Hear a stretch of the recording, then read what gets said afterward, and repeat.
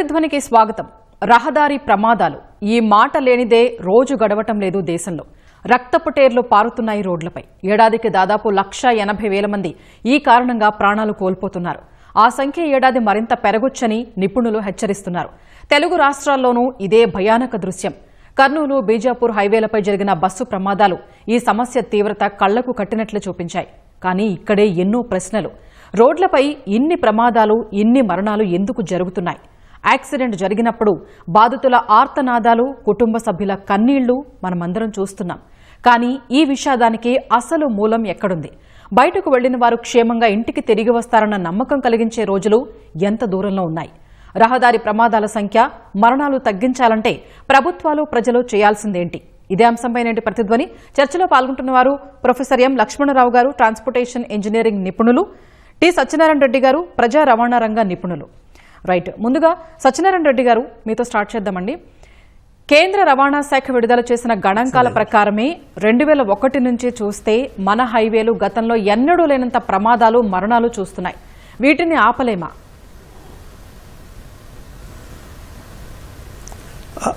ఆపగలమండి, తగ్గించవచ్చు. మనం పూర్తిగా ప్రమాదాలు లేకుండా చేయలేము. కానీ ప్రమాదాల పరిణామాలు కానీ, ప్రమాదాల సంఖ్యను కానీ తగ్గించడానికి వీలవుతుంది. అదే దానికి తగిన ఒక హైవే డిజైన్లో కానీ, హైవే ట్రాఫిక్ కంట్రోల్స్లో కానీ చాలా ఇంప్రూవ్మెంట్స్ తీసుకురావాలి. ఎందుకంటే మన గత 5 సంవత్సరాల్లో మన రోడ్ల డిజైన్ పెంచాము, కానీ అన్ని చోట్ల దానికి తగినంతగా రోడ్ డిజైన్లో కొన్ని లోపాలు ఉన్నాయి. అలా అని చెప్పేసి మనం ఊరుకోలేము. మనం చేయాల్సిన పనులు చేయాలి. ఎక్కడైతే రోడ్డు మన డిజైన్ ప్రతి హైవే కూడాను ఒక స్పీడ్కి డిజైన్ చేసి ఉంటాం. ఎక్కడైతే ఆ స్పీడు ప్రమాదంగా ఉంటుందో ఆ ట్రాఫిక్ వేగాన్ని అక్కడ తగ్గించే ప్రయత్నం చేయాలి. ఎలా తగ్గించాలి అనే విషయానికి వస్తే ట్రాఫిక్ సైన్స్ పెట్టడం కానీ, స్పీడ్ లిమిట్స్ పెట్టడం కానీ, స్పీడ్ అతిక్రమించే వాళ్ళని ఫైన్ చేయడం కానీ చేయాల్సిన అవసరం ఉంటుంది. అంతేకాకుండా రోడ్డు డిజైన్ కూడా చాలా ఇదిగా ఉండాలి. విజిబిలిటీ బాగా ఉండాలి.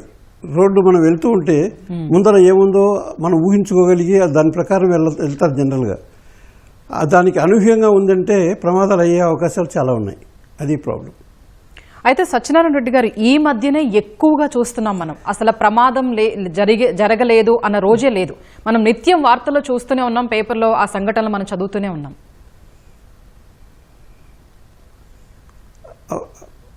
దానికి కారణాలు ఉన్నాయండి. ప్రమాదాలు జరుగుతూనే ఉంటాయి. ప్రమాదాలు జరగకుండా ఉండడం అనేది సహజంగా జరగదు. అది ప్రమాదాలు జరుగుతాయి. కానీ ప్రమాదం దాని పరిణామాలు వీలైనంత వరకు తగ్గించగలిగితే బాగుంటుంది. అది అంటే ఇక్కడ రోడ్ల డిజైన్లే కాకుండా నిర్లక్ష్యం కూడా ఒకటి కారణంగా మనకు కనిపిస్తోంది. నిర్లక్ష్యం ఉంది, నిర్లక్ష్యం లేదని చెప్పలేదు. రోడ్డు ఒక నిర్లక్ష్యం అంటే కొంతమంది ర్యాష్ డ్రైవింగ్ చేసేవాళ్ళు ఉంటారు. కానీ majority of the people they would like to follow the rules. But కొన్ని రోడ్డు లోపాలు ఉంటే ఆ రోడ్డు లోపాల మూలాన కూడా బిహేవియర్, ఆ పర్టికులర్ సిచ్యుయేషన్లో డ్రైవరు తన రియాక్షన్ కానీ, తను తీసుకునే డెసిషన్ కానీ ఆధారపడి ఉంటుంది. దాంట్లో ప్రాబ్లం రావచ్చు కూడా. లక్ష్మణరావు గారు, రైట్. సత్యనారాయణ రెడ్డి గారు, ఇప్పుడు మనం చెప్పినట్టుగా ఏడాదికి 1,80,000 మంది, రోజుకు 493, గంటకు 20, ప్రతి 3 నిమిషాలకు ఒక్కరు. రోడ్డు ప్రమాదాల మృతుల సంఖ్య ఇది. ఇప్పటి వరకు మనం మాట్లాడుకున్నాం. ఇవి కేవలం ప్రమాదాల, వ్యవస్థల వైఫల్యాల? ప్రమాదాలే కానీ వ్యవస్థల వైఫల్యం కూడా ఇందులో చాలా ఉంది. వ్యవస్థల వైఫల్యానికి వచ్చామంటే రోడ్ డిజైన్ స్టాండర్డ్ పెంచినప్పుడు దాని ప్రకారంగా రోడ్ ట్రాఫిక్ కంట్రోల్స్ కానీ, రోడ్ ట్రాఫిక్ సైన్స్ కానీ మన డ్రైవర్కి తగినంతగా అనుగుణంగా డ్రైవర్కి రోడ్డు మీద ఏముందో తెలిసేలాగా చేయాల్సిన అవసరం ఉంది. రైట్. లక్ష్మణరావు గారు,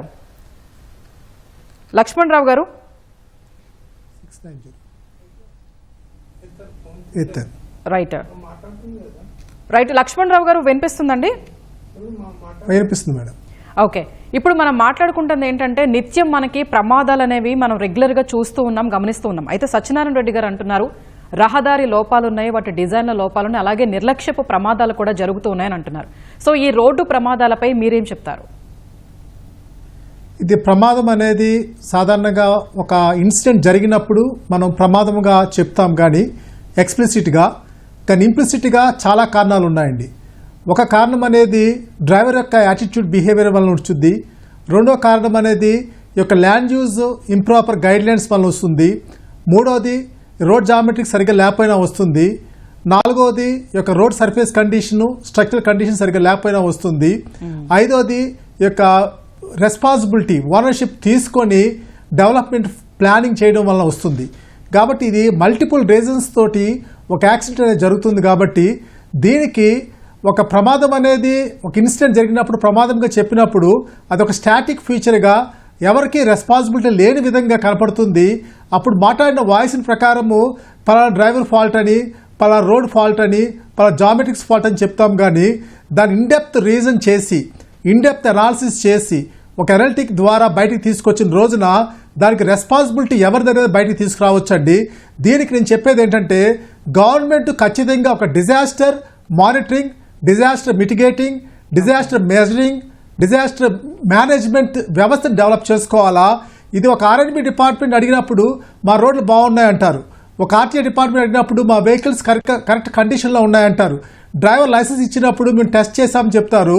అందుకని బాధ్యత ఇచ్చేది మాత్రము ఇది ఖచ్చితంగా ఒక సైంటిఫిక్ బోర్డు లేదంటే ఒక డిజాస్టర్ సెంటర్కి బేస్ పెట్టుకొని అది ఒక ప్రైమ్ మినిస్టర్ కింద, ఒక చీఫ్ మినిస్టర్ కింద, లేదా ఒక జడ్జి, ఒక సుప్రీంకోర్టు జడ్జి కింద న్యాయ వ్యవస్థకి అనుగుణంగా ఉండే వ్యవస్థ లోపల పెట్టే పని అయితే కరెక్ట్గా ఎవరి ఫాల్ట్ వల్ల జరిగింది, ఇది నిర్మాణం చేసిన వాళ్ళ ఫాల్టా, ప్లానర్ యొక్క ఫాల్టా, మేనేజర్ యొక్క ఫాల్ట్ అనేది కావాలా. ఇది ఎక్స్ప్లిసిట్గా మనం చూస్తే మాత్రము బాహిర్గంగా చూస్తే మాత్రము అది ఎవరు తప్పని అవ్వచ్చు అనేది వస్తుంది. తర్వాత అందరూ సర్దుకుంటారు. కాబట్టి దీన్ని ఖచ్చితంగా ఇంటర్నల్గా ఇంటర్నల్ అనలిటిక్స్ చేయాలా, దీనికి అడ్వాన్స్ టెక్నాలజీస్ వాడాలా, అడ్వాన్స్డ్ మ్యాపింగ్ చేయాలా, అడ్వాన్స్డ్ మెజరింగ్ చేసిన రోజున ఈ ఫాల్ట్ నుంచి బయటకు రావచ్చని నా ఉద్దేశం అండి. Okay, right. ప్రముఖ వైద్యులు, ట్రామా కేర్, ఆర్థోపెడిక్ సర్జరీ నిపుణులు డాక్టర్ కె కృష్ణయ్య గారు మనతో చర్చలో పాల్గొనేందుకు సిద్ధంగా ఉన్నారు. కృష్ణయ్య గారు నమస్తే అండి. మీరు విదేశాల్లో కూడా ఎంతో కాలం పనిచేశారు. అక్కడికి మన దేశానికి మధ్య రహదారి ప్రమాదాలు, మరణాలపై మీరు గమనించిన అంశాలేంటి? అవునండి, ముఖ్యంగా అభినందించాల్సిన విషయం, మంచి చక్కటి అంశం ఎంచుకున్నారు.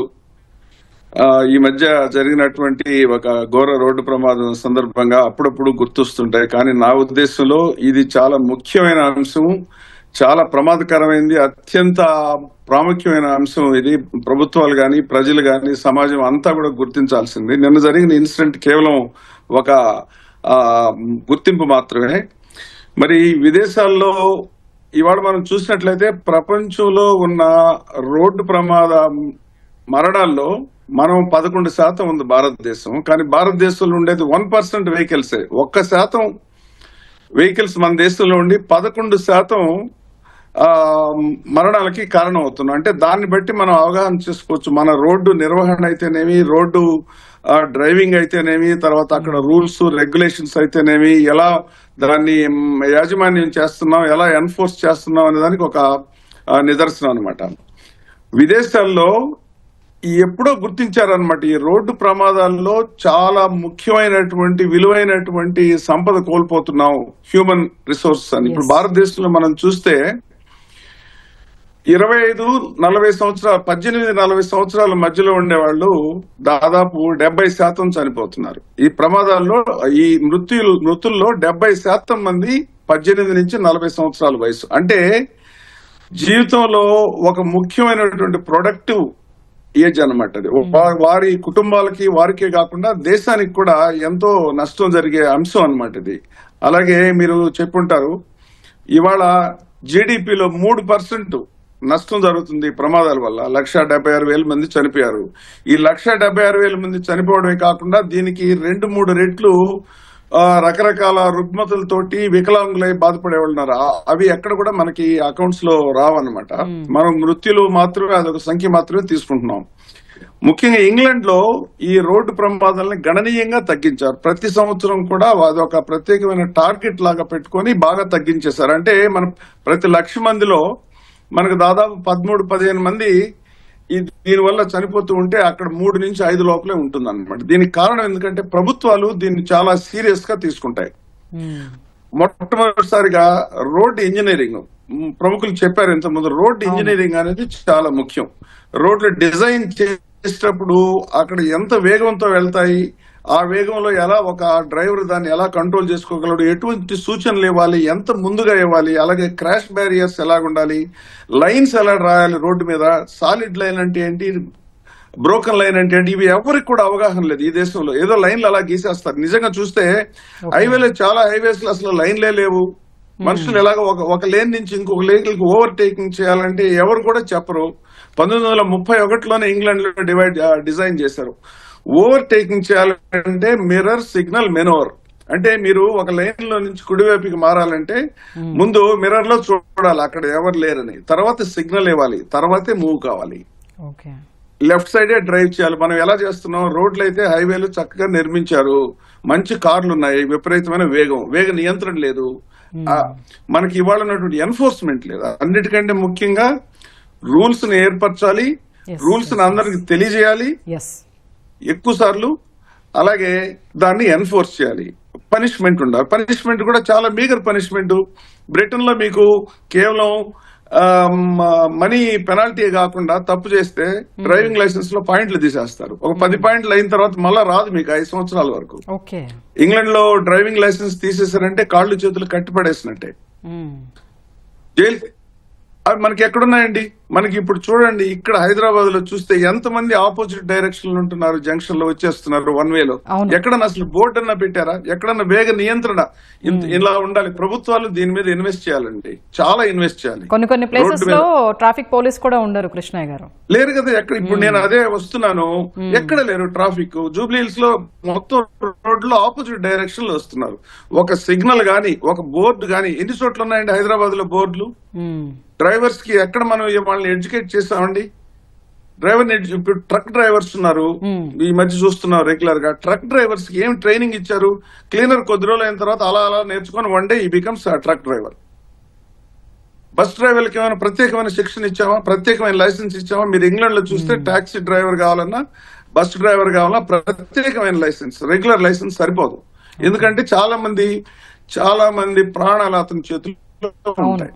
అందువల్ల దానికి కావాల్సిన స్టాండర్డ్స్ ఎక్కువ ఉండాలి. ఇండివిజువల్ గా డ్రైవ్ చేసే దానికంటే కూడా ఇతరులంతా లైసెన్స్ టు కిల్ ఇవ్వకూడదు. ఇంకో ముఖ్యమైన విషయం చెప్తాను. లైసెన్స్ ఇచ్చే విధానం చూడండి. ఇండియాలో మీరు అక్కడికి వెళ్తే ఒక జిగ్జాగ్ గా 4 కోన్స్ పెట్టి దాని మధ్య డ్రైవ్ చేస్తే లైసెన్స్ ఇచ్చేస్తారు. ఇంగ్లాండ్ లో నేను 2 సార్లు ఫెయిల్ అయ్యా. ఇండియాలో డ్రైవ్ చేస్తూ ఉండి అక్కడికి వెళ్ళిన తర్వాత 15 సార్లు ఫెయిల్ అయిన వాళ్ళు ఉన్నారు. 15 సార్లు 29 పాయింట్లు టెస్ట్ చేస్తారు. 29లో 3 గన్ ఫెయిల్ అయితే మళ్ళా రావాల్సిందే.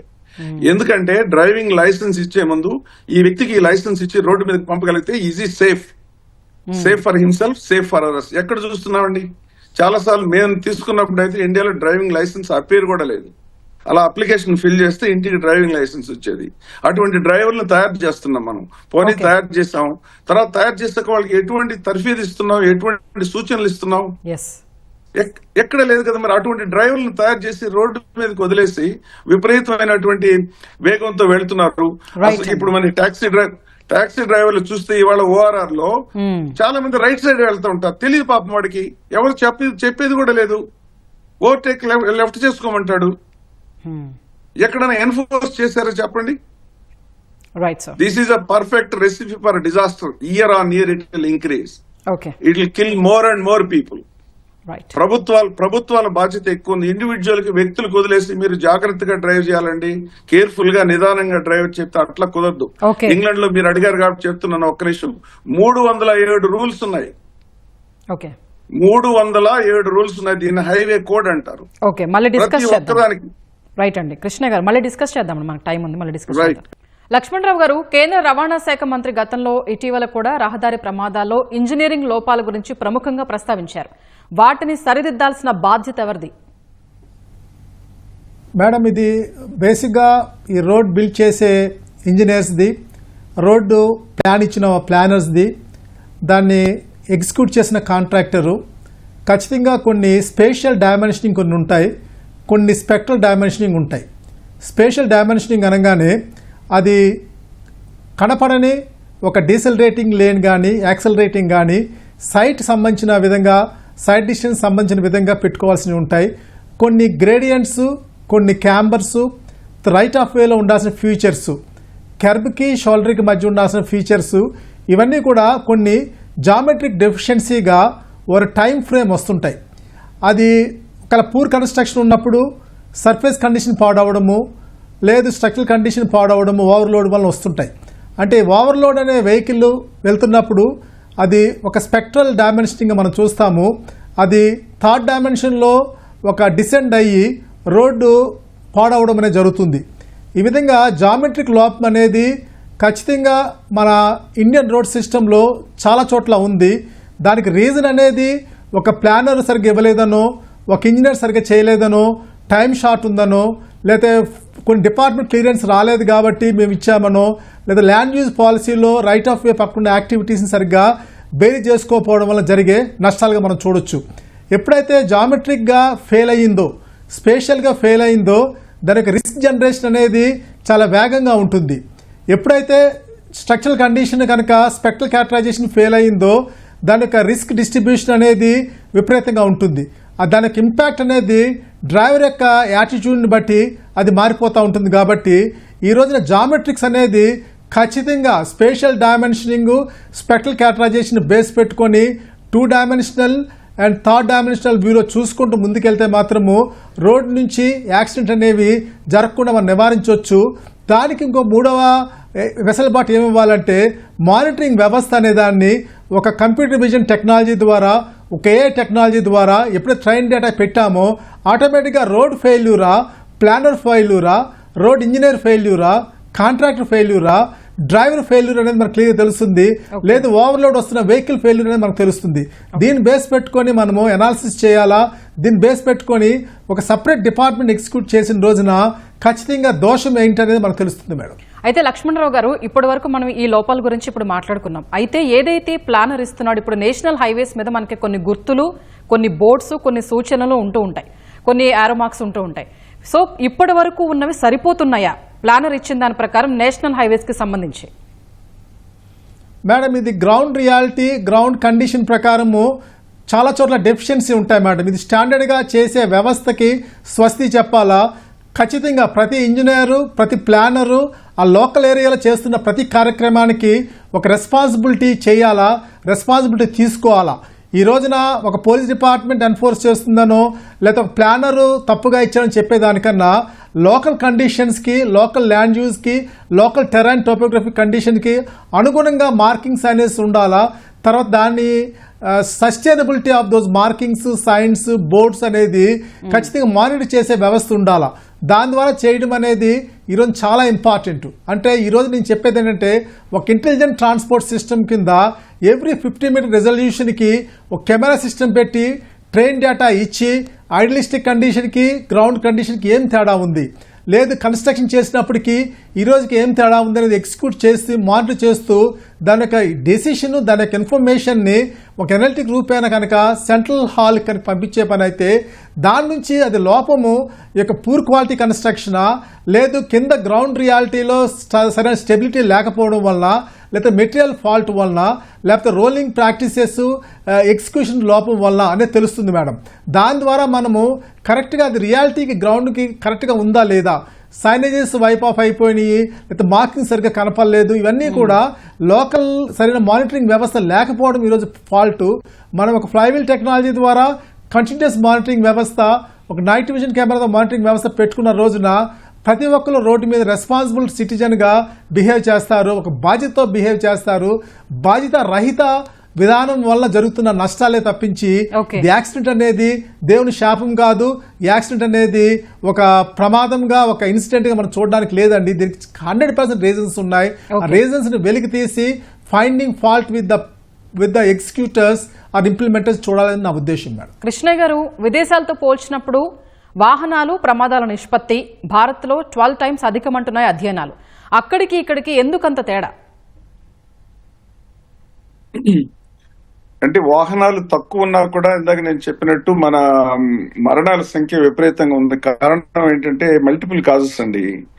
మెయిన్ రోడ్స్ ఏదో కొన్ని హైవేస్ తప్ప మిగతా చాలా వరకు రాష్ట్రంలో కానీ దేశంలో ఉన్న మిగతా రోడ్స్ అన్నిటిలో మార్కింగ్ లేవు. రోడ్లు విపరీతమైన పార్ట్ హోల్స్, సైడ్ డిసైడ్ లేదు, ఎదురుగా వచ్చినప్పుడు తీసుకునే జాగ్రత్త లేదు, రోడ్డు మీద డ్రైవ్ చేసే వాళ్ళకి అవగాహన లేదు, ఎక్కడ ఓవర్టేకింగ్ చేయాలనేది. ఇది మెయిన్ కాజ్ అన్నమాట.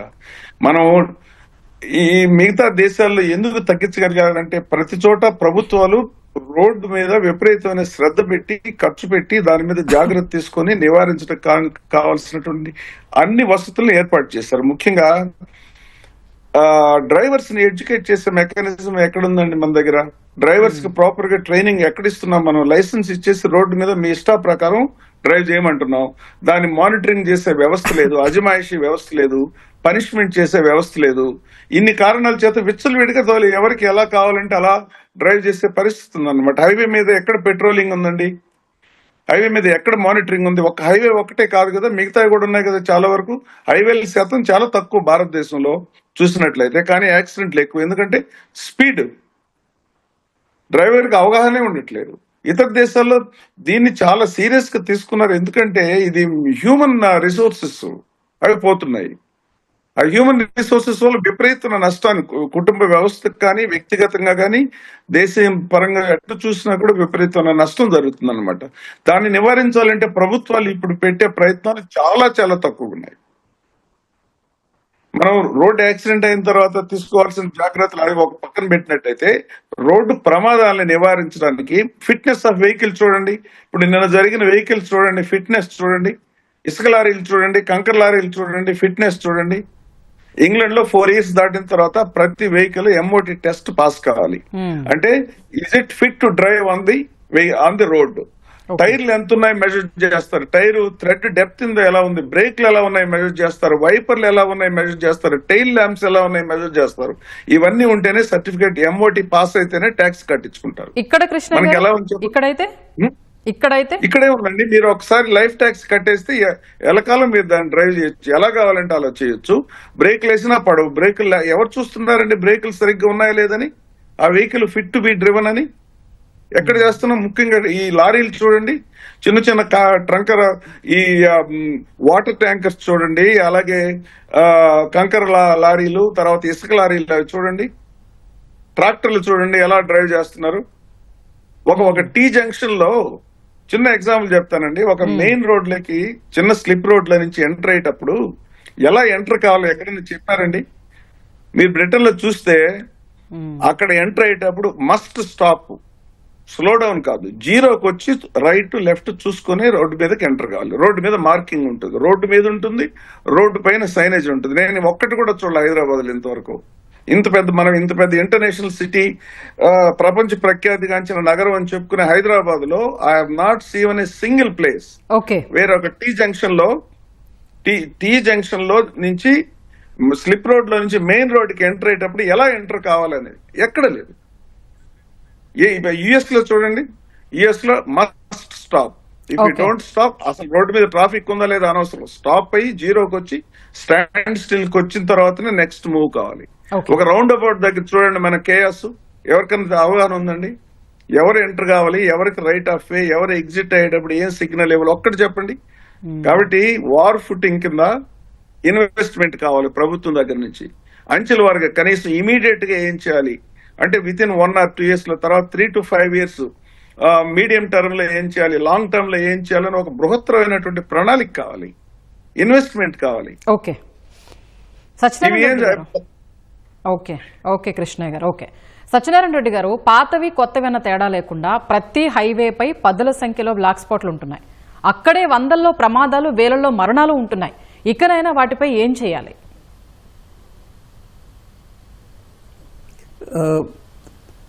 రోడ్ సేఫ్టీ కృష్ణయ్య గారు చాలా చక్కగా వివరించారు.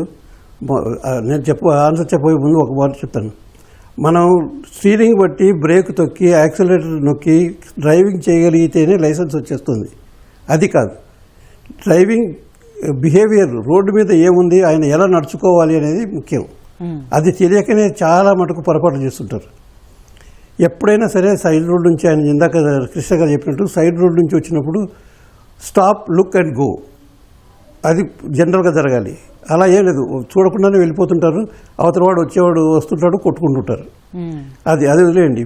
మీరు ఇందాక అన్నారు పాత కొత్త లేకుండా రోడ్ల మీద జరుగుతున్నాయి అంటే ముఖ్యంగా government should take own the responsibility. A road అయినా సరే దాన్ని ఇన్వెస్టిగేట్ చేసి ఎక్కడైనా ప్రమాదాలు జరిగే అవకాశాలు ఉన్నాయా, ఆ పరిస్థితులు ఏమిటి, దానికి అనుగుణంగా ఏ నియంత్రణ సిస్టమ్ కానీ, ఎలా వాటిని రోడ్ ట్రాఫిక్ స్పీడ్ కంట్రోల్ చేయడం కానీ, కరెక్ట్ ఇన్ఫర్మేషన్ డ్రైవర్లకు ఇవ్వడం కానీ, ఇవన్నీ దాని రోడ్డు మీద ఉంచితే ఆటోమేటిక్గా డ్రైవర్ దాని ప్రకారం పోతాడు. First and foremost principle in road design is it should be easily readable. అది మనకు ఈజీగా మనకు తెలియాలి. మన రోడ్డు మీద వెళ్తుంటే ముందర ఏముంటుంది అనేది ఊహించుకునే విధంగా ఉండాలి. చాలా మటుకు మనకు ముందు ఏమున్నదో తెలియదు, మనం అనుకున్నది కాకుండా వేరే ఉంటుంది. ఆ ముందర ప్రమాదాలు జరుగుతుంటాయి. దీనికి ముఖ్యంగా గవర్నమెంటు ఇనఫ్ దానికి కావాల్సినంత శ్రద్ధ తీసుకుని చేయాలి. ఓ సింపుల్ ఎగ్జాంపుల్ చెప్తాను. నేను almost 30 years back road safety auditing చేస్తున్న చోట ఒక యాక్సిడెంట్ జరిగింది. యాక్సిడెంట్ జరిగి నేను ఫోన్ చేశాను, బాబు ఇక్కడ రోడ్డు మీదకి చెట్టు పడింది, చెట్టులోకి ఒక కారు గుద్దుకుంది, గోరు వెళ్ళిపోయింది. ఫోన్ చేసి కన్సర్న్ ప్రాజెక్ట్ మేనేజర్కి చెప్పాము. ఆ ప్రాజెక్ట్ మేనేజర్ 4 రోజుల వరకు చెట్టు తీయలేదు. ఆ చెట్టు అక్కడే, ఆ కొమ్మలు అక్కడే ఉన్నాయి. మళ్ళీ ఇంకో కారు అయింది. ఆ చుట్టుపక్కల ఇల్లు కూడా ఉన్నాయి. ఎవ్వరు కానీ దాన్ని పట్టించుకోలేదు. అంటే మన యాటిట్యూడ్ ఎలా ఉందంటే ఏమైతే నాకేం సంబంధం లేదన్నట్టు, ఆ రోడ్డు వాళ్ళు ఎవరో చేయాలన్నారు. మన ప్రజలు కూడా దీంట్లో పాల్గొని దానికి చేయాల్సిన అవసరం చాలా ఉంది. ముఖ్యంగా గవర్నమెంట్ తీసుకోవాలి. కృష్ణ గారు చెప్పినంత నేను ఏకీభవిస్తున్నాను. Government responsibility. If there anything going wrong, government should be held responsible and they should be taken to task.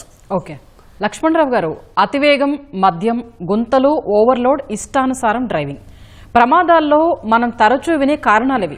దశాబ్దాల నుంచి ఉన్న ఈ కారణాలకు పరిష్కారాలు చూపటం అసాధ్యమా? మేడం, ఇది చాలా సాధ్యమైన ఒక టెక్నాలజీ ద్వారా మనం చేయొచ్చు మేడం. ఈ రోజున ఈ యొక్క ఓవర్లోడ్ అనేది అది ఒక కొన్ని సెంటర్స్లోనే అది ఓవర్లోడ్ మెజర్ చేసే వ్యవస్థ పెడుతున్నారు. కానీ ఈరోజు టెక్నాలజీ ప్రకారము ఒక మెష్ లాంటి దాని ద్వారా కూడా మనం సిమ్యులేట్ చేసుకొని ఎంత ఓవర్లోడ్తో వెహికల్ వెళ్తుందో కనుక్కోవచ్చు.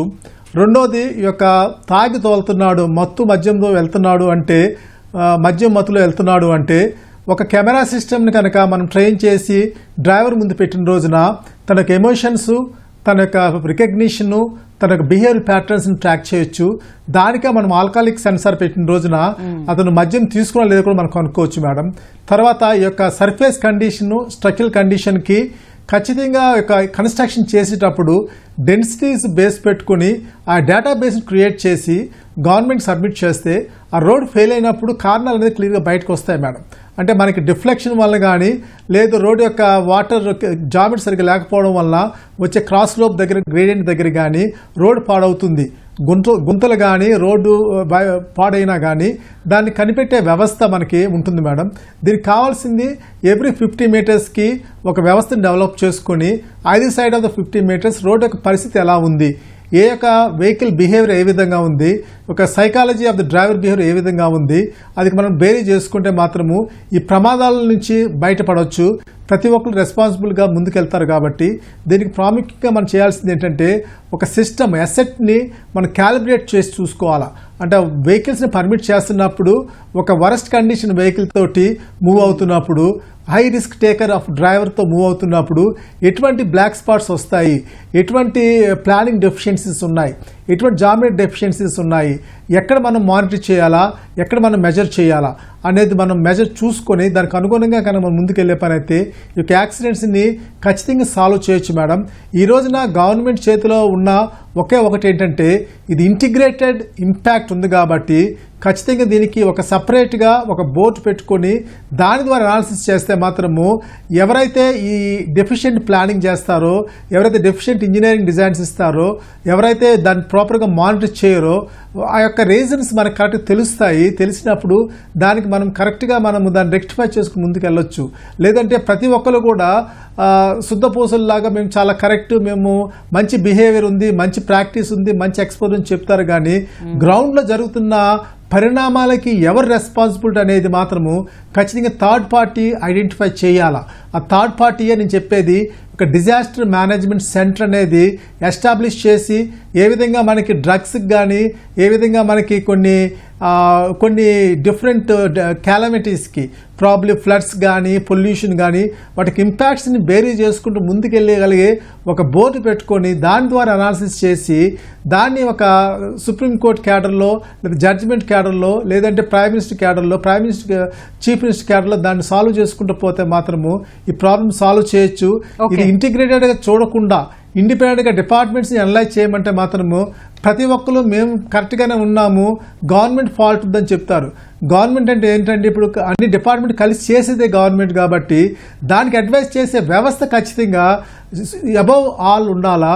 అది that should be with the total responsibility of the chief minister కానీ, ప్రైమ్ మినిస్టర్ కానీ, సుప్రీం కోర్ట్స్ కానీ, హైకోర్ట్స్ చేతిలో ఉన్న రోజున పనిష్మెంట్స్ అనేవి ఉంటాయి, రీజన్స్ అనేవి ఉంటాయి. అప్పుడు యాక్సిడెంట్ జరగవండి, యాక్సిడెంట్ సాల్వ్ చేయొచ్చు మేడం. రైట్ లక్ష్మణరావు గారు. కృష్ణయ్య గారు చెప్పండి. చివరిగానండి, వారు చెప్పింది చాలా వరకు కరెక్ట్. కానీ దీన్ని చాలా మనం ఒక్కరొకరు ఇండిపెండెంట్ ఒపీనియన్స్ కాదండి కావాల్సింది.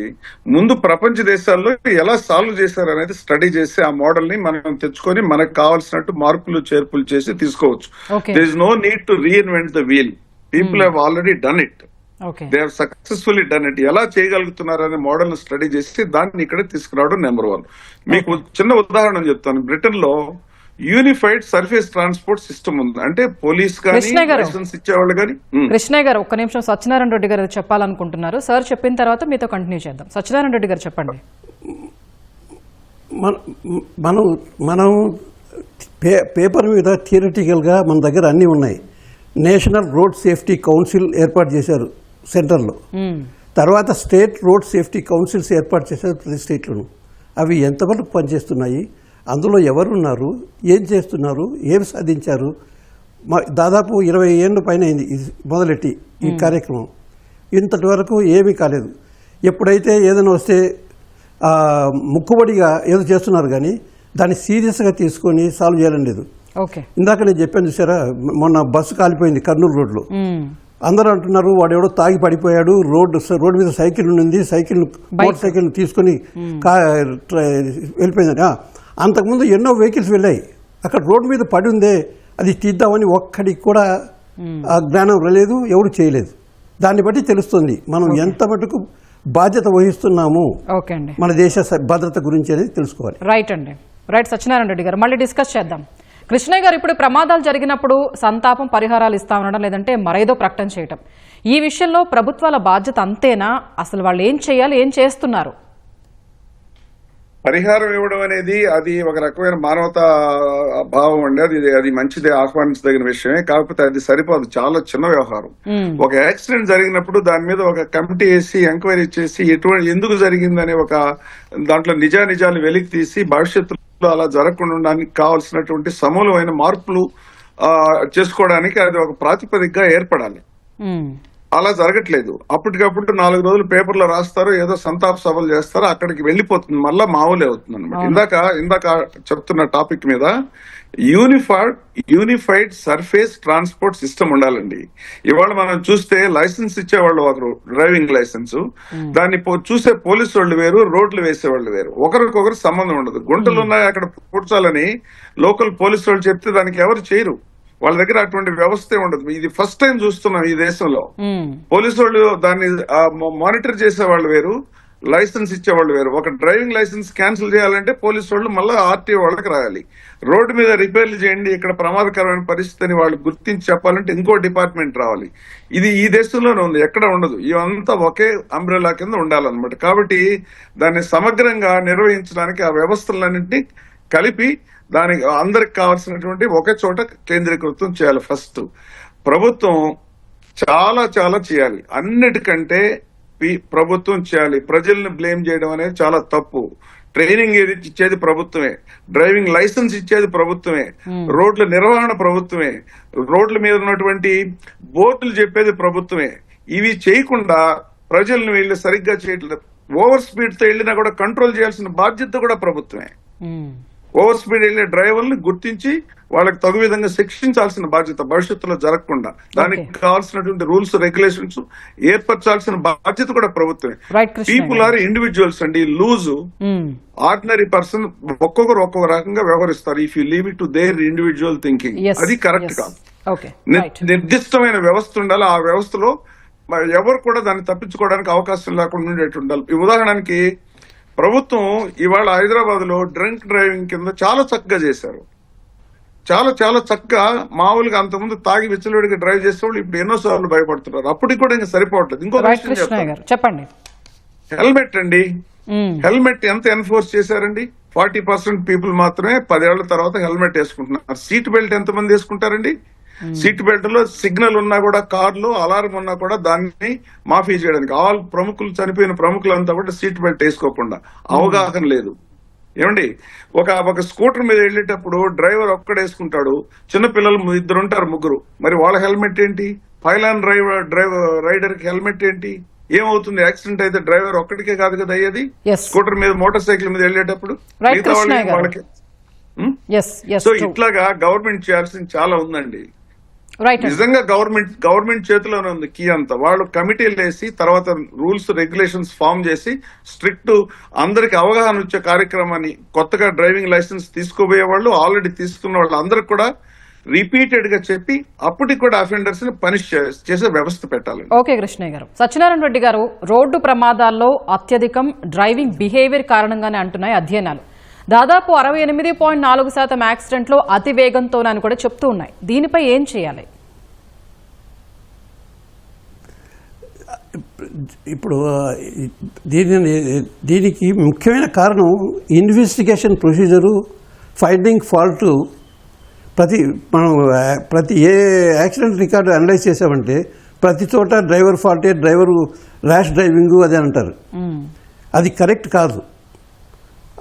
ఏ సిచ్యుయేషన్లో అతను ర్యాష్ డ్రైవింగ్ చేశాడు, ఏమిటి, ఎందుకు జరిగింది అనేది చాలా నిర్దిష్టంగా దాన్ని చూడాలి. జనరల్గా ఏం చేస్తారంటే ఎంతమంది పోలీస్ ఇన్వెస్టిగేట్ చేసే పోలీస్ ఆఫీసర్స్కి నాలెడ్జ్ ఉందండి ఎగ్జాక్ట్ కాజ్ కనుక్కోవడానికి? లేదు. సింపుల్గా ర్యాష్ డ్రైవింగ్ డ్రైవర్ ఫాల్ట్ అంటారు. చిన్న వెహికల్ పెద్ద వెహికల్ కొడితే పెద్ద వెహికల్ ఫాల్ట్ అంటారు. ఆ చిన్న వెహికల్ వాడు ఎలా వచ్చాడు అనేది ఎవరు ఆలోచించరు. అంతేగాని పెద్ద వెహికల్ ఫాల్ట్. నా కేసులో జరిగింది. ఒక చిన్న యాక్సిడెంట్ జరిగింది. స్కూటరు ప్రాబ్లం అది. చెప్పండి సత్యనారాయణ రెడ్డి గారు. సో ఇప్పుడు ఏమైందంటే ఇది పోవాలి, యాటిట్యూడ్ పోవాలి. ముఖ్యంగా మన ప్రజల్లో కానీ, మన నాయకుల్లో కానీ, మన రక్తంలో కానీ ఇది రావాలి. మనం రక్షించుకోవాలి, మనం రెస్పాన్సిబుల్గా ఉండాలి అనేది రావాలి. అప్పుడే జరుగుతుంది. లక్ష్మణరావు గారు, ఇంతకుముందు మనం జీడీపీ గురించి డిస్కస్ చేశాం. రోడ్డు ప్రమాదాల కారణంగా దేశ జీడీపీకి 3% వరకు నష్టం జరుగుతున్నట్లు అంచనాలు చెప్తున్నాయి. నష్టం పూడ్చుకోగలమా? ఆ వేదన తీరాలంటే ఎలాంటి కార్యాచరణ అవసరం? మేడం, ఇది దరిదాపుగా 1,80,000 మంది చనిపోతున్నారు అంటే as per international road federation ప్రకారము 2018లో 2.5 crore వరకు value of the accident cost ఉందండి. అంటే ఇప్పుడు 4 crores చేసుకున్నా కానీ కొన్ని వేల కోట్లు నష్టపోతున్నట్టుగా మనం చూస్తున్నాము. అంటే ఇంత అమౌంట్ నష్టపోతున్నాము. అది కాకుండా ఒక యంగ్ ఏజ్లో చనిపోతే దాని యొక్క ఇంపాక్ట్స్ ఎలా ఉన్నాయో చూసుకుంటే దీనికి ఖచ్చితంగా మనము డ్రైవర్ యొక్క యాటిట్యూడ్ ట్రాక్ చేసే వ్యవస్థ, తర్వాత రోడ్డు ఒక కండిషను మానిటర్ చేసే వ్యవస్థ, ట్రాఫిక్ని దానికి మొబిలిటీ ప్యాటర్న్స్లో కంజెషన్ యొక్క ఇంపాక్ట్ ఎంత ఉంది, రిస్క్ జనరేటింగ్ పాయింట్స్ ఎలా ఉన్నాయో చూసే వ్యవస్థ, తర్వాత ఈ యొక్క వెహికల్ కండిషన్ను ఓవర్ వెయిట్ వస్తున్నప్పుడు లేదు వెహికల్ యొక్క పికప్ కండిషన్ సరిగ్గా లేని సమయంలో దాని యొక్క వ్యవస్థని మెజర్ చేసే వ్యవస్థ, వీటికి సంబంధించిన టెక్నాలజీస్ని గవర్నమెంట్ ఇంప్లిమెంట్ చేసుకోవాలండి. ఈ రోజున మనకి టెక్నాలజీస్ అవైలబిలిటీ ఉన్నాయి. దాన్ని ఇంప్లిమెంట్ చేసుకుంటూ ముందుకెళ్తే అంటే ఒక ఇమేజ్ ప్రాసెసింగ్ ద్వారా మనము ముందుకెళ్లే పని అయితే, ఒక కంప్యూటర్ విజన్ టెక్నాలజీ ద్వారా ముందుకెళ్లే పని అయితే యొక్క జీడిపిలో ఉన్న ఇంత కాంట్రిబ్యూటరీ ఇంపాక్ట్ని మనం తగ్గించవచ్చు. ఇది ఖచ్చితంగా దీని యొక్క వ్యూ ఎలా చూడాలి అంటే రోడ్ యూజర్ యాటిట్యూడ్ని ట్రాక్ చేసే వ్యవస్థ, డ్రైవర్ యాటిట్యూడ్ ట్రాక్ చేసే వ్యవస్థను చూడాలా. రెండోది ప్లానింగ్ డెఫిషియన్సీ, ఇంజనీరింగ్ డెఫిషియన్సీ, ఎటువంటి డెఫిషియన్స్ ఉన్నాయో అది అనలైజ్ చేసే వ్యవస్థ కావాలా. దీనికి ఖచ్చితంగా online monitoring, unmanned communication and execution by central government ఆధీనంలో కానీ స్టేట్ గవర్నమెంట్ టాప్ కేర్ ఆధీనంలో చేసిన రోజున ఖచ్చితంగా ప్రాబ్లం సాల్వ్ అవుతుందండి. ఇది ప్రాబ్లం సాల్వ్ చేయగలిగే స్థితిలోనే ఉన్నాము. కాబట్టి దీనికి కావాల్సిన యొక్క రైట్ ఆఫ్ వే ఫీచర్స్ని, ప్లానింగ్ ఫీచర్స్ని, ల్యాండ్ యూజ్ ఫీచర్స్ని కంట్రోల్ చేసుకుంటూ ముందుకెళ్ళే పని అయితే యూజర్ యొక్క బిహేవియర్ ప్యాటర్న్స్ని మనం మానిటర్ చేస్తున్నామన్నప్పుడు ప్రతి ఒక్కరు ప్రాపర్గా బిహేవ్ చేస్తారు. దానివల్ల మనకి మంచి సొల్యూషన్ అనేది వస్తుందని తెలుసు. ఇది చాలా తీవ్రమైన పరిణామంగా మనం చూడాలి. ఎందుకంటే ఒక కంట్రీలో ఇంతమంది చనిపోతున్నారు without proper reason for cause of the accident అనేది చాలా చాలా దీనమైన పరిస్థితికి మనం చూడాలా. మనకి ఎనాలిటిక్స్ ప్రాపర్గా బిహేవ్ చేసుకోవాలండి. ఎందుకంటే టెక్నాలజీ ఉంది కాబట్టి టెక్నాలజీ వాడాము, దీంట్లో తెలియలేదు, దీంట్లో ఈ ప్రాబ్లం అని చెప్పే కన్నా దాని ప్రాపర్ అనలిటిక్ వ్యూ చూసే వ్యవస్థ మనకు కావాలా. దీనికి ఖచ్చితంగా ఒక సైంటిఫిక్ బోర్డు పెట్టుకోవాలని గవర్నమెంట్కి నేను సజెస్ట్ చేస్తున్నాను. Okay, right. కృష్ణయ్య గారు, మిగిలిన దేశాలతో పోల్చినప్పుడు డ్రైవింగ్ డిసిప్లిన్, డ్రైవింగ్ లైసెన్సుల విధానం ఈ రెండు మన వద్ద ఎలా ఉన్నాయి? వాటిలో ఏ విధంగా మార్పు తీసుకుని రావచ్చు? మీరేమనుకోకపోతే చాలా ఘోరంగా ఉన్నాయని చెప్తాను. డ్రైవింగ్ లైసెన్స్ విధానం ఇందాక మిత్రులు చెప్పారు. ఇక్కడ డ్రైవింగ్ లైసెన్స్ అనేది ఆ క్యాండిడేట్ దగ్గర నిజంగా డ్రైవింగ్ చేసే నైపుణ్యం ఉందా, సరిగ్గా ఉందా లేదా, అలాగే రోడ్డు మీద అవగాహన సరిగ్గా ఉందా లేదా అనే దాని మీద పరీక్షించే వ్యవస్థే లేదు. కేవలం ఆ రెండు కోన్స్ మధ్యలో ఒక 8 ఆకారంలో తిప్పిన వెంటనే 4 కంప్యూటర్ మీద క్వశ్చన్స్ కి ఆన్సర్ చేసిన వెంటనే డ్రైవింగ్ లైసెన్స్ ఇచ్చి పంపుతున్నాం. ఇంకొక సింపుల్ ఉదాహరణ చెప్తాను. డ్రైవింగ్ లైసెన్స్ ఎల్ ఇచ్చి లెర్నర్ లైసెన్స్ కింద నడుపుతున్నప్పుడు ఇంగ్లాండ్ లో అయితే ఎల్ బోర్డు పెడితే తప్పనిసరిగా ఫుల్ లైసెన్స్ పర్సన్ అక్కడ ఉండాలి. ఉంటేనే L person is allowed to drive. ఇక్కడ ఏం ఉండదు, ప్రతి కారుకి ఒక ఎల్ పెట్టేస్తారు. అది నిజంగా డ్రైవింగ్ లైసెన్స్ లెర్నరా లేకపోతే కాదని. అలాగే లెర్నర్ లైసెన్స్ ఉన్నప్పుడు వెనక వాళ్ళు కూర్చోకూడదు. అంటే అంత లెవెల్కి వెళ్ళారనమాట. ఫస్ట్ డ్రైవింగ్ ట్రైనింగ్ ఇచ్చే వాళ్ళకి ట్రైనింగ్ ఇవ్వాలి. ముందు డ్రైవింగ్ స్కూల్స్ ఉన్నాయి చూసారా, ఆ స్కూల్స్ లో వాళ్ళకి అవగాహన నేర్పించాలి, ఏదేది నేర్పించాలని. ఇందాక మిత్రులు అన్నట్టు స్టీరింగ్ వీల్ పట్టుకొని గేర్లు మార్చడం తెలిస్తే డ్రైవింగ్ లైసెన్స్ వచ్చేస్తుందండి. అది చాలా చిన్న విషయం. రోడ్డు మీద ఎలా ప్రవర్తించాలి, రోడ్డు మీద మిగతా రోడ్డు యూజర్స్ కి ఎటువంటి ఇంపార్టెన్స్ ఇవ్వాలి, ఎప్పుడు ఎలా ప్రవర్తించాలి అనేది ఖచ్చితంగా చెప్పాల్సిందే, కంటిన్యూస్ గా చెప్పాల్సిందే. ఆల్రెడీ లైసెన్స్ ఇచ్చిన వాళ్ళందరికి కూడా ఇప్పుడున్నటువంటి కమ్యూనికేషన్ వ్యవస్థ ఫోన్ల ద్వారా అయితేనేవి, మెసేజ్ల ద్వారా అయితేనేవి కంటిన్యూస్ గా దాన్ని చెప్పాలి. నెంబర్ 1. కొత్తగా ఇచ్చే డ్రైవింగ్ లైసెన్స్ లో స్ట్రిక్ట్ గా ఇంప్లిమెంట్ చేయాలి. దాన్ని పూర్తిగా స్టడీ చేసి ఆ డ్రైవింగ్ లైసెన్స్ ఇచ్చే ఇన్స్పెక్టర్స్ కూడా బాధ్యత వ్యవహరించాలి. ఇతనికి డ్రైవింగ్ లైసెన్స్ ఇచ్చేస్తే ఇతను ప్రమాదకారి అవుతాడా కాదని నిర్ధారించాలి. ఎందుకంటే అది మొట్టమొదటిగా మనం నేర్చుకోవాల్సిన అంశం. వాళ్ళు అంత మంచి డ్రైవర్లను తయారు చేయగలిగారు కాబట్టి రూల్స్ ను కూడా అవగాహన చేసుకుని రూల్స్ ని ఫాలో కావడానికి అవకాశం ఉంటుంది. మనం ఫస్ట్ ఆఫ్ ఆల్ రూల్స్ లేవు, రూల్స్ ఎవరికి తెలియదు కూడా. ఏమి రూల్స్ అనేది మనకి ఎవరికి తెలియదు. ఆ రూల్స్ ఎక్కడ కూడా డిస్ప్లే ఉండదు రోడ్డు మీద. ఎక్కడ ఎంత స్పీడ్ లిమిట్ కనీసం అక్కడ పెట్టరు. ఎక్కడ మలుపు వస్తుంది, ఎక్కడ స్లో డౌన్ కావాలని చెప్పరు. వేగంగా వెళ్లేదాన్ని నియంత్రించడానికి కావాల్సిన వ్యవస్థ లేదు. స్పీడ్ కెమెరాలు ఎక్కడో ఏదో ఒకటి పెద్ద పెద్ద రోడ్ల మీద తప్ప మామూలు రోడ్డు మీద పెట్టే వ్యవస్థ లేదు. దాన్ని ఎన్ఫోర్స్ చేసే వ్యవస్థ లేదు. అఫెండర్స్ ని పనిష్మెంట్ ఇచ్చే వ్యవస్థ లేదు. 500 రూపాయలు 1000 రూపాయలు ఏదో జరిమానా ఇస్తే ఒక్కొక్కరు 30 చలానాలు 40 చలానాలు కడుతూనే ఉంటారన్నమాట. 3వ చలానా అయిన తర్వాత ఎందుకు డ్రైవింగ్ లైసెన్స్ క్యాన్సిల్ చేయకూడదండి? ఫస్ట్ అఫెన్స్ తర్వాత 500 అయితే, సెకండ్ అఫెన్స్ తర్వాత 5000, థర్డ్ 50,000, తర్వాత లైసెన్స్ క్యాన్సిల్. ఇంగ్లాండ్ లో ఆ విధంగా ఉంటుంది. ఇంకో పద్ధతి కూడా ఉంది. డబ్బులు ఉండేవాడికి 100 కోట్ల ఆస్తి ఉండేవాడికి 1000 రూపాయలు ఈజీగా కట్టేసేస్తాడు. అలా కాకుండా వాళ్ళ తాహతను బట్టి పెనాల్టీలు ఉంటాయి. డెన్మార్క్ లో అలాగే ఉంది. 500 రూపాయలు ఒకటికి పెద్ద పెనాల్టీ అయితే 500 రూపాయలు కాఫీ ఖర్చు అవుతుంది. అతను ఈజీగా కట్టేస్తాడు. అతనికి 5,000 ఉండాలి, 10,000 ఉండాలి. ఇప్పుడు మన అలా కాదు కదా. ఇప్పుడు బాగా సంపన్నులు నా ఇష్ట ప్రకారం అదేముంది నథింగ్ అన్నట్టు ఈజీగా అఫెండ్ చేస్తారు. అవును. సిగ్నల్ జంపింగ్ చూసుకున్నా, ఓవర్ స్పీడింగ్ అందరికి సమానం. అది కరెక్ట్ కాదు. అంటే ప్రభుత్వం ఎంత సీరియస్ గా తీసుకుంటుంది ఈ విషయాన్ని అనేది చాలా ముఖ్యం. ఒకవేళ దాన్ని సీరియస్ గా దీనివల్ల ఇంత విపరీతమైన నష్టం జరుగుతుంది అని కనుక సీరియస్ గా తీసుకోగలిగితే పరిష్కారం ఆటోమేటిక్ గా దొరుకుతుందండి. మనమేం కొత్తగా రాకెట్ సైన్స్ లాగా కనుక్కోవాల్సిన అవసరం లేదు. ఆల్రెడీ చాలా దేశాలు దీన్ని సమగ్రంగా పరిశీలించి ఎలా దీన్ని పరిష్కరించవచ్చో అనే పరిష్కార మార్గాల్ని సూచించున్నారు. దాన్ని స్టడీ చేసి మనం ఇంప్లిమెంట్ చేసుకుంటే చాలు.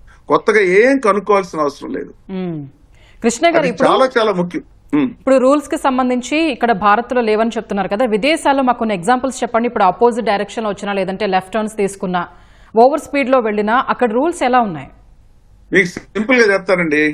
1909లో దాదాపు 115 సంవత్సరాల క్రితం లండన్ లో లేన్ డిసిప్లిన్ పెట్టారు. అంటే ఒక రోడ్డు మీద డ్రైవ్ చేస్తున్నప్పుడు ఒక లేన్ నుంచి ఇంకొక లేన్ కి మారేటప్పుడు ఒక నిర్దిష్టమైన పద్ధతి ప్రకారం వెళ్ళకపోతే ప్రమాదాలు జరుగుతాయని గుర్తించి దాదాపు 119 సంవత్సరాల క్రితం దీన్ని నిర్ధారించారు. దానికి ఏం చెప్పారు? Mirror signal manoeuvre. అంటే నేను రైట్ లైన్ కి మారాలి అని అంటే రైట్ లైన్ లో ఎవరైనా వస్తున్నారా లేదా ఫస్ట్ చూడాలి. Right side mirror. మొన్నటిదాకా చాలా కార్లకి మిర్రర్స్ లేవు, ఇప్పుడు ఉన్నాయి మిర్రర్స్. ఆ మిర్రర్స్ లో చూడాలి అని తెలియదు. చూసి అక్కడ మనిషి లేడు, డ్రైవర్ ఎవరు లేడు, కార్ లేదు అనుకున్నప్పుడే సిగ్నల్ ఇవ్వాలి. అంటే ఇండికేట్ చేయాలి, నేను లేను మారుతున్నాను అని వెనక వాళ్ళకి ఇండికేట్ చేయాలి. అప్పుడు మెనోవర్ చేయాలి, అంటే అప్పుడు మారాలి. దాని ఒక ఎగ్జాంపుల్. అలాగే ఉదాహరణకి రౌండ్ అబౌట్ ఉంది. ఒక రౌండ్ అబౌట్ లో రౌండ్ లోపల ఉండే వాళ్ళు బయటకు రావడానికి వాడికి ప్రిఫరెన్స్ ఇవ్వాలి. ఆ ఎగ్జిట్ కి ఎంటర్ అయ్యే వాళ్ళకంటే కూడా ఇవి చాలా చాలా సర్వసాధారణమైనట్టు. టీ జంక్షన్ గురించి ఇందాక మీకు చెప్పాను. అలాగే పెడస్ట్రియన్ క్రాసింగ్ ఎవరైనా ఇస్తారంటండి. పెడస్ట్రియన్ క్రాసింగ్ అసలు హైదరాబాద్ లో ఎక్కడున్నాయి చెప్పండి డెసిగ్నేటెడ్ పెడస్ట్రియన్ క్రాసింగ్స్? ఎక్కడన్నా ఉన్నాయా పెడస్ట్రియన్ క్రాసింగ్స్? ఇక్కడ ఆ బటన్ నొక్కితే గ్రీన్ మ్యాన్ వచ్చినప్పుడు కార్లన్నీ ఆగిపోతే పెడస్ట్రియన్స్ క్రాస్ చేస్తారు. పెడస్ట్రియన్స్ రూల్ ఏంటి? ఓన్లీ అక్కడే చేయాలి. కొన్ని చోట్ల పెలికాన్ క్రాసింగ్స్ ఉంటాయి. అంటే బటన్ నొక్కినప్పుడు ఆ గ్రీన్ లైట్ వచ్చినంత వరకు ఆగాలి. గ్రీన్ లైట్ వచ్చినప్పుడు రోడ్డు మీద వెళ్లి వెహికల్స్ అన్ని ఆటోమేటిక్ గా ఆగుతాయి, ఇతను క్లియరెన్స్ ఇస్తాయి. ఎక్కడుందండి? This is what I meant by investment. ప్రభుత్వాలు ఇటువంటి మీద ఇన్వెస్ట్మెంట్ చేయాలి. ఎన్ని రోడ్డు క్రాసింగ్ సిగ్నల్స్ ఉన్నాయి చెప్పండి. హైదరాబాద్ ఇది చాలా ధనిక నగరం. ఇది హైదరాబాద్ లో ఎన్ని రోడ్ జంక్షన్ లో 4 రోడ్ జంక్షన్ లో సిగ్నల్స్ ఉన్నాయో చెప్పండి. ఫైన్స్ చాలా ఎక్కువ ఉంటాయి. భయపడిపోతారు. ఎలా భయపడిపోతారంటే డబ్బు రూపం కంటే కూడా పనిష్మెంట్ ఉంటుంది. లైసెన్స్ తీసేస్తారు. యుఎస్ లో మీకు మన వాళ్ళు కనుక యుఎస్ లో ఒక H1 వీసా మీద ఉండేవాడు డ్రైవింగ్ అఫెన్స్ కానీ చేస్తే వాడికి H1 క్యాన్సిల్ చేసి ఇండియాకి పంపించిన అకేషన్స్ ఉన్నాయి. గ్రీన్ కార్డ్ ఇచ్చేటప్పుడు ఇవి కూడా చూస్తారు. అంత ఇంపార్టెంట్ అన్నమాట. ఎందుకంటే రోడ్డు మీద అన్ఫార్చునేట్లీ మనం చేసే తప్పిదాలకి ఇన్నోసెంట్స్ బలి అవుతారు. ఇప్పుడు ఇవాళ మీరు హైదరాబాద్ లో చూసినట్లయితే 60% డెత్స్ పెడెస్ట్రియన్స్. వాళ్ళకి ఏమి తెలియదు పాపం. రోడ్డు మీద ఫుట్పాత్ మీద వెళ్ళడానికి అవకాశం ఉండదు, ఫుట్పాతే ఉండదు. తర్వాత అంతా ఫుట్పాత్ వెండర్స్ ఉంటారు, షాపులు ఉంటాయి, కూరగాయలు అమ్మే వాళ్ళు ఉంటారు. తర్వాత వీళ్ళు గత్యంతరం లేక రోడ్డు మీద నడుస్తారు ఉదయాన్నే వాకింగ్ వెళ్ళేటప్పుడు. ఇదేంటండి వ్యవస్థ? పాపం పెడస్ట్రియన్స్ ఏం తప్పు చేశారు? Why should they be killed? Supreme Court చాలా సార్లు కామెంట్ చేసింది. ప్రభుత్వాల బాధ్యత కదా. పెడస్ట్రియన్ ముఖ్యంగా బిజినెస్ డిస్ట్రిక్ట్ లో బాగా బిజీగా షాపింగ్ ఏరియాలో మీరు కాన్ఫిడెంట్ గా అక్కడ రోడ్డు క్రాస్ చేయడం గానీ ఫుట్పాత్ మీద నడిచే వ్యవస్థ ఉందండి మన దగ్గర. హైదరాబాద్ సంగతే తీసుకున్నాం. చిన్న పట్టణాలు పక్కన పెడితే ఎక్కడుందండి? దానికి రాకెట్ సైన్స్ కావాలంటే ఇది కామన్ సెన్స్. సత్యనారాయణ రెడ్డి గారు, ప్రభుత్వాలు ఏర్పరచకపోతే ఎవరు చేస్తారండి అది? Who will do it? మీరు అమీర్పేట వెళ్ళారు. ఇప్పుడు అమీర్పేట వెళ్ళినప్పుడు షాపింగ్ చేస్తుంటారు. రోడ్డు ఆ పక్క నుంచి ఈ పక్క రావడానికి రాగలరా భయం లేకుండా? These are some of the very fundamental things we don't do. I don't know, it never reaches the politicians, never reaches the officials before we talk about all complex things. Some of the basic things కూడా మనం చేయట్లేదు. Right. Satyanarayana Reddy గారు, ప్రమాదాల నివారణలో పౌరుల బాధ్యత ఏంటి? ఎవరికి వారు వ్యక్తిగత స్థాయిలో ఈ విషయంలో ఏం చేయొచ్చు? అందరిలో రహదారి భద్రత అవగాహన పెంచేందుకు ఏం చేయాలి? ముఖ్యంగా అవగాహన పెంచడానికి మన దేశంలో జరుగుతున్న ప్రమాదాల గురించి విస్తృతంగా ప్రచురించాలి. జరుగుతున్నది ఎందుకు జరుగుతుంది ఇప్పుడు ఇందాక ఎంతసేపు ఇన్వెస్టిగేషను తప్పెవరిది అనే చూస్తున్నారు కానీ ఈ తప్పు ఎందుకు జరిగింది, దేని మూలాన జరిగింది, దీన్ని ఎలా సరిదిద్దాలి అనేది ఆలోచించట్లేదు. అది మొట్టమొదటి మిస్టేక్, ఫండమెంటల్ మిస్టేక్ మన అప్రోచ్లో. ఇందాక చెప్పాను, పౌరులు ఎలా ప్రదర్శించాలంటే ఒక రోడ్డు మీద ఒక అబ్స్ట్రక్షన్ అనుకోండి, ఒక రాయి పడింది అనుకోండి, వెళ్తున్నవాడు అయ్యో ఈ రాయి ఉందే ప్రమాదం జరుగుతుందని తీసే ఆ అవగాహన రావాలి వాడికి. అలా కాకుండా నాది కాదులే కొట్టుకుంటే ఎవరికో కొట్టుకుంటుంది అనే రకంగా ఉండకూడదు. అది ఇంపార్టెంట్.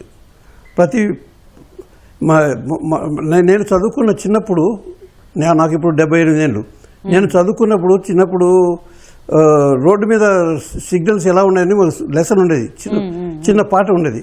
ఇప్పుడు ఎక్కడుందండి అది? ఎక్కడుంది అది? చిన్నప్పటి నుంచే ట్రైనింగ్ ఇవ్వాలి. అది చాలా ఇంపార్టెంట్. అది నా ప్రతి పౌరుడు, నేను కూడా ఈ దేశానికి అభివృద్ధిలో కానీ భద్రతలో కానీ నా బాధ్యత కూడా ఉంది అని భావించాలి, అది చెయ్యాలి. అది అప్పుడే వస్తుంది. అయితే రహదారి భద్రత విషయంలో అవగాహన పెంచాలన్నప్పుడు ప్రభుత్వం తరఫు నుంచి ఏం చేయాలి? విస్తృతంగా పిక్చరైజేషన్ కానీ, వీడియోస్ కానీ, కరపత్రాలు కానీ పంచాలి. అది చాలా ఇంపార్టెంట్. ఇంకొక విషయం చెప్పాలనుకుంటున్నాను. కృష్ణయ్య గారు చెప్పారు, ఒక మన లైసెన్స్ సిస్టమ్ ఎలా ఉంటుంది యూకేలో అంటే, ఇప్పుడు ఇక్కడున్న డ్రైవరు మనం వెళ్తాం, కారు తీసుకుని వెళ్తాం, ఇందాక అన్నట్టు 8 చేసేస్తే 4 ఆ కోట్ల చుట్టూ 8 తిప్పేస్తే అయిపోయింది, లైసెన్స్ చేస్తుంది. అక్కడ అలా కాదు. Driver will be asked to drive. పక్కన ముందు సీట్లో కూర్చునే ముందు ఈయన కూర్చుంటాడు, ఎవరు ఇన్స్పెక్టర్, ఎవరైతే లైసెన్స్ అథారిటీ ఉన్నారో వాళ్ళు కూర్చుంటారు. నౌ కమాండ్ స్టార్ట్ అంటాడు. వాడు వచ్చి కూర్చున్న తర్వాత వాడు యాక్షన్ ఏం చేస్తాడు అవన్నీ అబ్జర్వ్ చేస్తారు. డ్రైవ్ చేస్తున్నప్పుడు ఎలా డ్రైవ్ చేస్తున్నాడు, ఏమేమి అబ్జర్వ్ చేస్తున్నాడు, లేదా ప్రికాషన్స్ తీసుకుంటున్నాడు లేదా, పూర్తిగా క్షుణ్ణంగా అబ్జర్వ్ చేసిన తర్వాత వెళ్ళిన తర్వాత okay thank you will meet next time అన్నాడంటే నీకు లైసెన్స్ రాదు అని తెలిసిపోతుంది. So he will give all వీటిలో లోపాలు ఆ ఇన్స్ట్రక్షన్స్ ఇస్తాడు, ఇన్స్ట్రక్టర్ విల్ కరెక్ట్ హిమ్. అది అంత సిస్టమేటిక్గా ఆయన ఇందాక 2 సార్లు ఫెయిల్ అయ్యానంటే ఇలాంటివి తప్పులు చేస్తుంటారు ఆయన. ఓకే, రైట్ అండి. ధన్యవాదాలు సత్యనారాయణ రెడ్డి గారు, కృష్ణ గారు, లక్ష్మణరావు గారు. ఇది వాటి ప్రతిధ్వని.